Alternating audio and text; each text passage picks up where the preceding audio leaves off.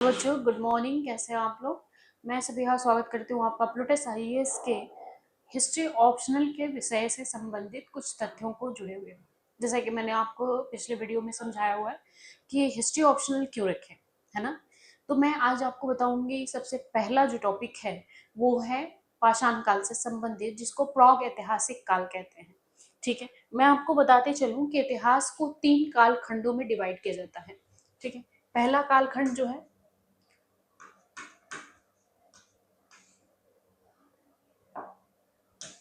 मैं यहाँ पे लिख देती हूँ इतिहास के कालखंड, ताकि आप लोग इजीली समझ सकें।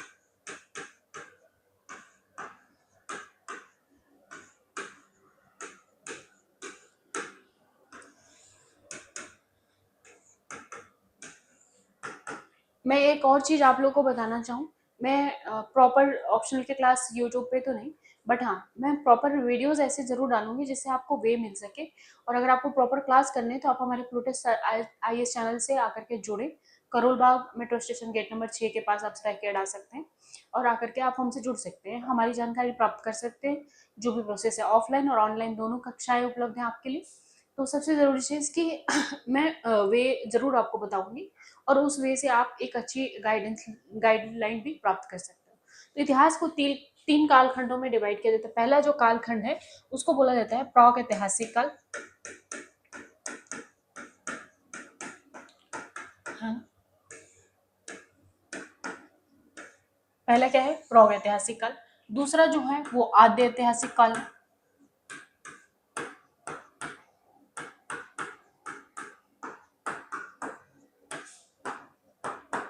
और तीसरा जो है उसका नाम है ऐतिहासिक काल।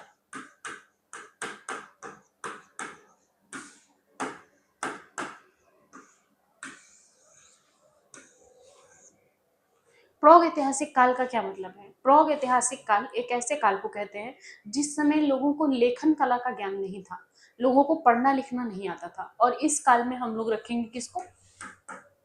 पाषाण काल को। ठीक है, पाषाण काल इसका सबसे अच्छा उदाहरण है।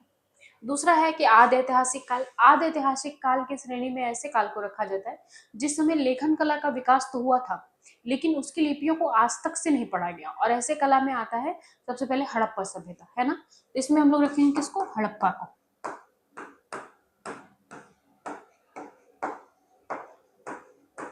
और एक है ऐतिहासिक काल। ऐतिहासिक काल का मतलब ये हो गया कि ऐतिहासिक काल ऐसे काल को कहते हैं जिस समय लेखन कला का ज्ञान भी हुआ और उनकी लिपियों को पढ़ा भी गया, है ना। जैसे जैन बौद्ध का काल,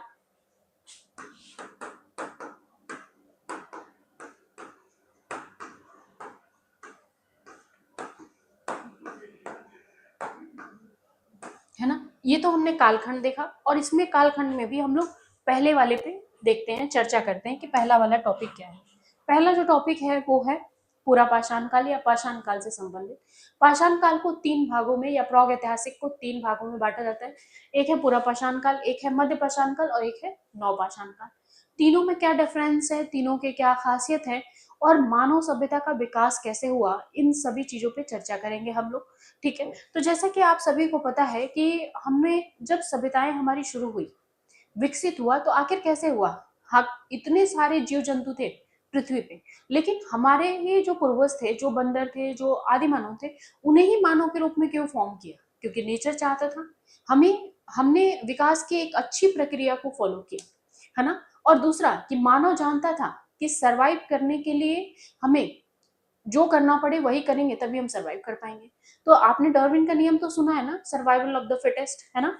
डार्विन क्या कहता है, जैसे कि मान लो कि ये क्या है, ये एक द्वीप है। सपोज मान लो ये एक द्वीप है। कौन सा द्वीप है मैं यहाँ लिख देती हूँ। सपोज मान लो दक्षिण अफ्रीका अमेरिका है। ठीक है, ये दक्षिण अमेरिका एक द्वीप है और यहाँ पे एक द्वीप है जिसका नाम है गैलापागोस। ठीक है, डार्विन ने जब अपने स्टडी को स्टार्ट किया तो वो देखा कि यहाँ से कुछ चिड़ियाएं हैं जो उड़ के यहाँ जा रही हैं, यहाँ कुछ दिन रह रही हैं और फिर यहाँ पे आ रही हैं वापस। उसने नोटिस किया कि ऐसा क्या हुआ कि ये यहाँ जा रही है और यहाँ आ रही है, क्या करने जा रही है। उस समय तो भाई शॉपिंग मॉल नहीं था ना कि वो बाजार करने जा रही है। तो उसने नोटिस किया कि ये यहाँ भोजन की तलाश में जा रही हैं। यहाँ पे क्या है, यहाँ पे एक पेड़ है। क्या है? एक पेड़ है और इस पेड़ पे बहुत सारे बीज लगे हुए हैं। इस बीज को खाने के लिए ये चिड़ियाएं यहाँ जा रही। उसने नोटिस किया कि कुछ दिन के बाद कुछ अलग टाइप की चिड़ियाएं थी जो नहीं दिख रही और कुछ विशेष टाइप की जो चिड़ियाएं थी वो दिख रही हैं। उसने नोटिस किया कि ऐसा क्यों हुआ होगा। उसने नोटिस किया तो पता चला कि कुछ चिड़ियाएं जो दिख रही हैं उन्होंने तय किया कि इस पेड़ पे क्या थे, बीज। शुरू शुरू में क्या थे, बीज थे। तो ये सिर्फ बीज खाती थी, लेकिन एक समय आने के बाद बीज कम होने लगा, है ना। तो बीज कम होने लगा तो इन चिड़ियाओं ने डिसाइड किया कि हम बीज के साथ साथ अब पत्तियां भी खाएंगे इसकी, यानी बीज और पत्तियां भी खाएंगे। फिर जब बीज और पत्तियां भी कम होने लगा तो इन चिड़ियाओं ने डिसाइड किया कि अब हम क्या खाएंगे, अब हम खाएंगे पत्तियों के साथ साथ जो नीचे गिर गए हैं बीज।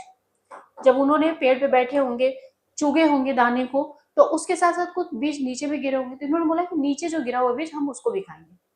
और जो नीचे गिरे हुए को भी खा रहे थे, पत्तियां भी खा रही थी और बीज भी खा रहे थे, वही सरवाइव कर पाए।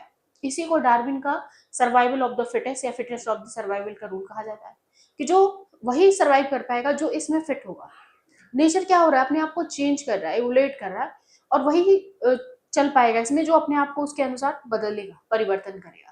तो ह्यूमन में क्या था, ये था, बदलने की प्रवृत्ति थी, जो हम पूरा पाषाण काल से लेकर नवपाषाण और फिर हड़प्पा तक देखेंगे किस तरह से रिफॉर्म हुआ, अपने आप को किस तरह से उसने चेंज किया। तो हम लोग सबसे पहले शुरू करते हैं पूरा पाषाण काल को।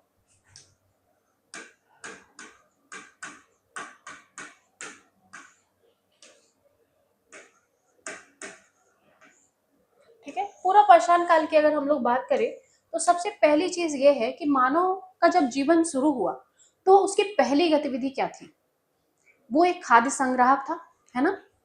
तो हम लोग लिखेंगे पहली गतिविधि क्या थी।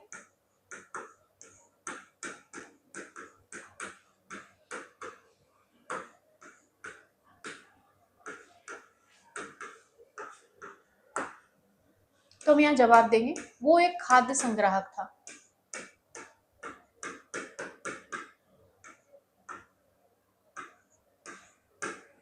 ठीक है, खाद्यान्न इकट्ठा करता था।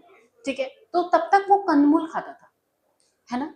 लेकिन उसको लगा कि सिर्फ कंदमूल खाने से गुजारा नहीं होने वाला है, अब हमें कुछ और भी खाना पड़ेगा।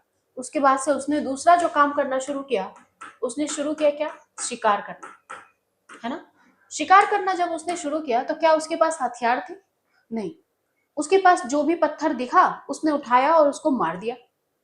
तो जो पत्थरों की प्रवृत्ति थी वो क्या था, बेडौल था, है ना, क्योंकि हथियार तो थे नहीं।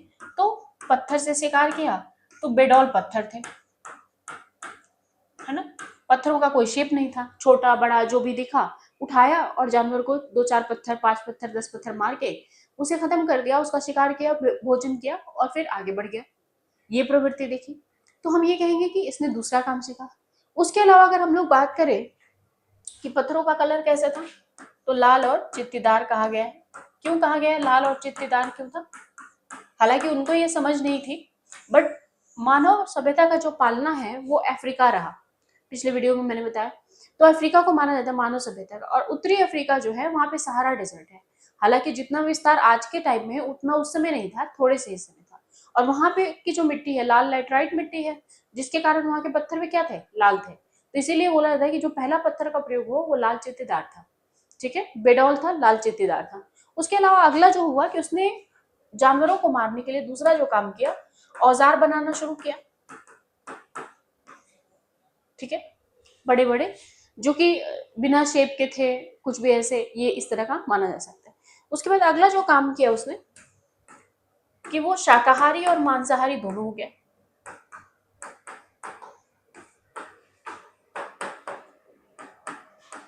शाकाहारी और मांसाहारी दोनों प्रवृत्तियां उसके में देखने को मिली। ठीक, उसके अलावा वो कच्चा भोजन करता था, है ना, क्योंकि अभी तक आग की खोज नहीं हुई थी, है ना, कि हुई थी। क्या करता था, कच्चा भोजन खाता था। कच्चा भोजन खाता था, लेकिन आग की खोज हो चुकी थी, उपयोग नहीं हो रहा था। कैसे, जब उसने औजार बनाना सीखा होगा तो पत्थरों को तोड़ा होगा ना एक दूसरे से, ताकि उठाने में आसानी हो, उसको इतना तो रहे कि वो उठा सके, है ना। तो जब तोड़ा होगा तो चिंगारियां भी निकली होगी, लेकिन वो उससे डरा, अपने आप को डराया और उससे दूर रखा। अभी तक उपयोग नहीं हो रहा था, लेकिन खोज जरूर हो चुका था। तो हम ये कहेंगे कि आग की खोज हुई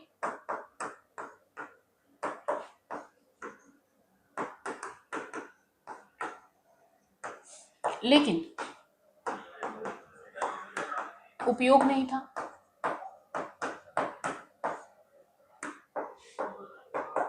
ठीक है, सारे पॉइंट आप लोग नोट डाउन करते जाइएगा। उसके अलावा जो अगला पॉइंट हम लोग इसमें देखेंगे कि आग की खोज हुई लेकिन उपयोग नहीं था। ठीक है, ये तो हमने समझ लिया। दूसरा ये था कि वो रहता कहाँ था, निवास स्थान कैसा था उसका। ठीक है, तो निवास की अगर हम लोग बात करें तो निवास कैसा था, पेड़ों पर रहता था या तो गुफाओं में रहता था। क्यों रहता था वहां पे, सुरक्षा की दृष्टि से, है ना, अपने आप को सुरक्षित करने के लिए रखता होगा वहां पे कि मैं यहाँ पे सेफ रहूंगा, सुरक्षित रहूंगा। भाई पेड़ पे रहेगा तो कोई भी जानवर चढ़ेगा तो उसको आहट तो होगी ना, नीचे आया हुआ एक ही बार गला पकड़ लिया सिर, है ना, लेकिन पेड़ पे है तो उसको पता तो चलेगा, अपने आप को सेफ कर पाएगा। और गुफाओं में है तो रात को अंधेरा हो गया तो जानवरों को दिखेगा नहीं, इसलिए वो गुफाओं के अंदर या फिर पेड़ों पे रहता था सुरक्षा की दृष्टि से। तीसरा ये है कि जितनी भी मानव सभ्यताओं को आपने देखा है नदियों के किनारे, क्यों,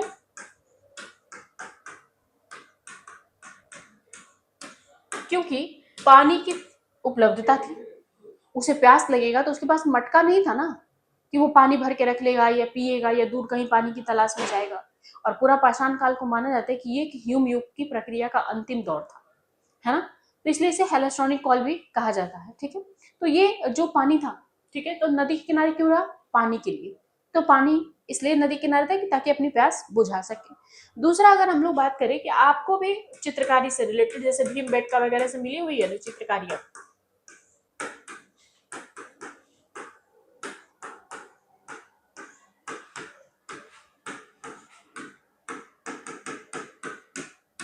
ठीक है, तो जो चित्रकारी मिली तो क्या उसे कला बनाने आता था, नहीं।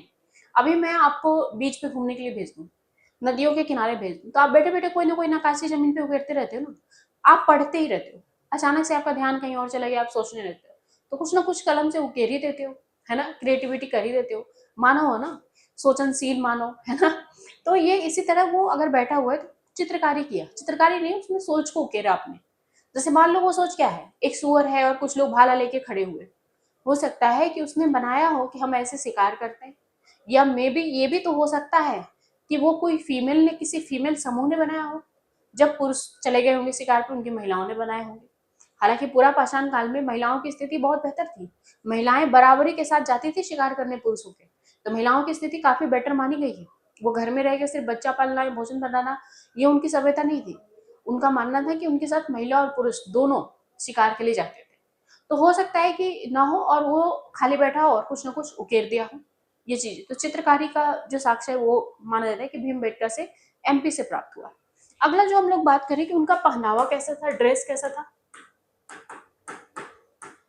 तो पहनावा क्या था, पत्तियां पहनते थे वो, पेड़ की पत्तियां, या फिर खाल, जिन जानवरों को मारते थे उसके खाल को सुखा देते थे और फिर उसे ओढ़ते थे, जब ठंड लगती थी तो, बारिश होती थी तो उसे लपेटते थे। इस तरह की अवधारणा देखने को मिली। तो ये हमने पहनावा देख लिया। उसके अलावा अगर हम बोले कि क्या मूर्ति पूजा था, मूर्ति पूजा था, तो था, ठीक है। तो लोहदा नाला से मिला हुआ है एक मातृदेवी की मूर्ति, यानी एक ह्यूमन स्कल्पचर है, हड्डी है, स्केल्टन है, और उसके कई सारे हाथ हैं, यानी उसमें हाथ जोड़े गए हैं अलग अलग, तो दुर्गा माँ के रूप में प्रेजेंट किया गया है। तो हो सकता है कि उसने बहुत सारे हाथों को दिया होगा, देखा होगा, एक साथ कलेक्ट किया हो, या हो सकता है उसे भगवान का या धर्म का ज्ञान रहा हो सकता है, अनुमान है, कंफर्म नहीं है, क्योंकि सिर्फ अनुमान लगाया जा सकता है, लिखित साक्ष्य नहीं है इसके। ठीक है, तो ये चीजें हैं। उसके अलावा जो है लोहदा नाला वगैरह से मिले हैं। एक चीज इसके लास्ट में, यानी पूरा पाषाण काल के लास्ट में इनके बुद्धि में सबसे अच्छा डेवलपमेंट जो देखा गया, यानी मानव विकास की जो प्रक्रिया चल रही थी उसमें सबसे अच्छा चरण जो देखा गया, वो चरण ये था कि इस काल के अंत तक, यानी पूरा पाषाण के अंत तक ये सामूहिक रूप से, सामूहिक मतलब ये एक साथ इकट्ठा होकर शिकार करने लगे। क्यों एक साथ इकट्ठा होकर इसलिए शिकार करने लगे होंगे कि बड़े जानवरों को मारने में मेहनत लगती थी और डर होता था कि कहीं वो इनके पे ही हावी ना हो जाए। जैसे मेहमत, मेहमत क्या था, हाथी का एक पूर्वज है, तो उस समय में था और वो काफी अग्रेसिव होता था। अभी हाथी जैसे सीधा होता है ना, वैसे नहीं होता, तो उसको मारने में मेहनत लगती थी। तो या फिर शेर वगैरह थे तो काफी खूंखार है, अभी के तो शेर थोड़ा सा एनिमल फ्रेंडली हो गए क्योंकि मानव का हस्तक्षेप हर जगह बढ़ गया है, तो ये कह सकते हैं कि शेर बाघ वगैरह थोड़ा सा ह्यूमन फ्रेंडली हो गए हैं, बट उस समय के काफी एग्रेसिव होते थे। जैसे अभी अमेजोन के जो होंगे जानवर वो अग्रेसिव होंगे क्योंकि जान मानवीय हस्तक्षेप हुआ बिल्कुल नहीं है। लेकिन वही बंगाल टाइगर्स वगैरह है थोड़ा सा आपको ह्यूमन फ्रेंडली मिलेगा क्योंकि हमेशा लोग घूमते रहते हैं टूरिस्ट प्लेस वगैरह वाले एरिया के जो होंगे। तो ये हम कह सकते हैं कि इन्होंने क्या किया, समूह बनाना शुरू कर दिया आपस में शिकार करने के उद्देश्य से। पहला साक्ष्य ये मिलता है कि शिकार करने के उद्देश्य से इन्होंने क्या किया, समूह बनाना शुरू कर दिया। तो हम लिखेंगे यहाँ पे समूह में शिकार करना। ठीक है, तो हमने इतने सारे कीवर्ड्स, बच्चा लोग आप लोग को लगभग 10 कीवर्ड्स गिना दी। इस कीवर्ड्स के आधार पे आप पूरा पाषाण काल को बहुत बेहतर लिख सकते हो। कीवर्ड्स ही तो मेन रोल निभाते हैं आपके एग्जाम्स में, आपके सिलेक्शंस में। आप इन कीवर्ड्स के आधार पे एक अच्छा डायग्राम विकसित कर सकते हो। आप इन्हीं कीवर्ड्स के आधार पे, जैसे देखो मैंने बोला ना 10, है ना, तो 1 2 3 4 5 और ये 6 7 8 9 10 और ये एक 11। मैंने टोटल 11 पॉइंट आप लोगों को लिखा दिए कीवर्ड्स, और इन कीवर्ड्स के आधार पर आप एक बेहतरीन आंसर राइटिंग कर सकते हो सिर्फ पूरा पाषाण काल से। और यूपीएससी जब भी सवाल करती है तो वो पूछेगी प्राग ऐतिहासिक काल के सामाजिक, धार्मिक, आर्थिक जो भी जीवन है उनके बारे में। तो आपको प्राग ऐतिहासिक जब पूछती है तो पूरा पाषाण काल, मध्य पाषाण काल और नवपाषाण काल तीनों की गतिविधियों पर प्रकाश डालना पड़ता है। फिर कंक्लूजन आप अपने हिसाब से लिखोगे। ठीक है, तो ये एक अच्छा डायग्राम भी दे सकते हो, आपको कीवर्ड्स भी मिल गए जिससे आपकी तैयारी बेहतर हो सके। तो आप जल्दी से हमारे चैनल को लाइक और सब्सक्राइब कर लीजिए ताकि ऐसे वीडियो आपको मिलते रहे और आपकी तैयारी बेहतर होती जाए। Thank you class, thank you बच्चा लोग।